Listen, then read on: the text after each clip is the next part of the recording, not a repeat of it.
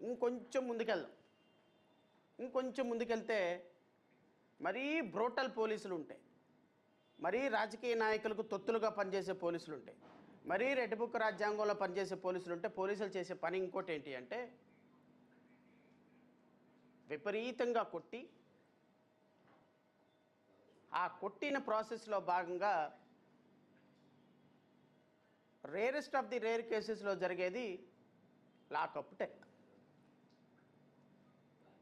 Lockup death కేసులో సహజంగా ఏం జరుగుతుందంటే పోలీసులు చేయాలనుకున్నటువంటి పని కొంచెం ఎక్సెస్గా చేయటం కారణంగానో,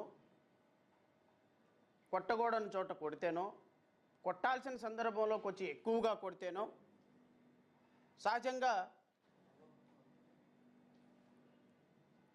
సహజంగా ఇంకొంచెం ఎక్కువ దెబ్బలు తగిలి చనిపోతాడు.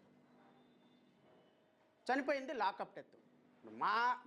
నాకు న్యాయ వ్యవస్థలో ఒక 20 సంవత్సరాల అనుభవం ఉంది.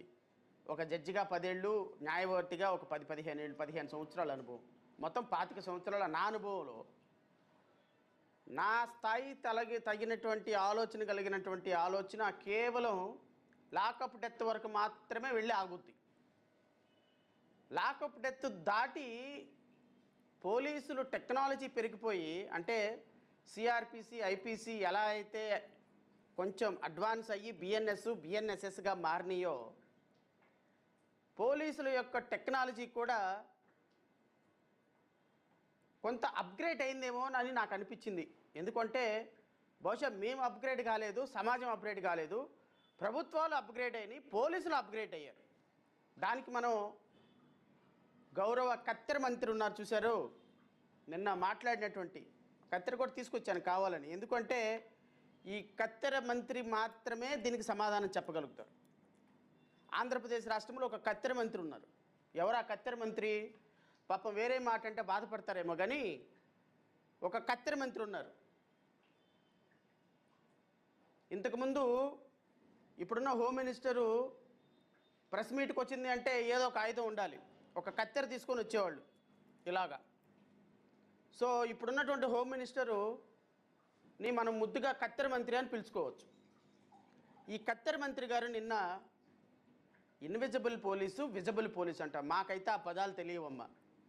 మరి మేము న్యాయ పరిభాషలో కొన్ని సంవత్సరాల పాటు న్యాయమూర్తిగా ఉన్నా, న్యాయవాదిగా ఉన్నా, హైకోర్టు న్యాయవాదిగా ఉన్నా, సుప్రీంకోర్టులో కేసులు వాదించినా కానీ మీ అంత పరిజ్ఞానం నాకైతే లేదమ్మా.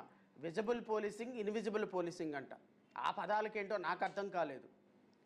ఈ కత్తెర మంత్రి గారు నిన్న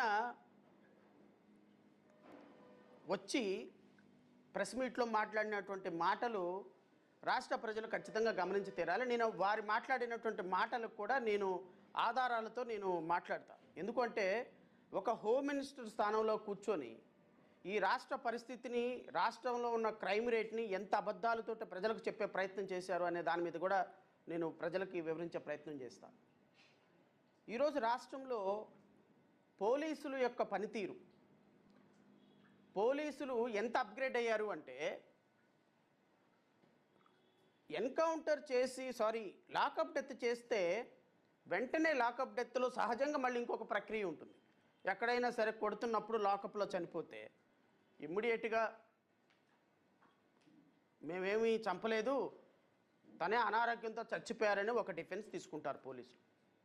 నెంబర్ 2, అతనంతటికే విచారిస్తున్న సమయంలో అపార స్థితికి వెళ్ళిపోయినాడు, సహజంగానే మేమేమీ కొట్టలేదు అని ఇంకొక డిఫెన్స్ తీసుకోవచ్చు పోలీసులు. కానీ దేశ చరిత్రలో ఎప్పుడూ లేని విధంగా, ఇది నా ఆరోపణ కాదు, కుటుంబ సభ్యుల ఆరోపణ. కుటుంబ సభ్యుల ఆరోపణ. సాయి కృష్ణ అనేటువంటి ఒక వ్యక్తి, ఒక యువకుడు, ఒక తల్లి కడుపున 9 నెలలు,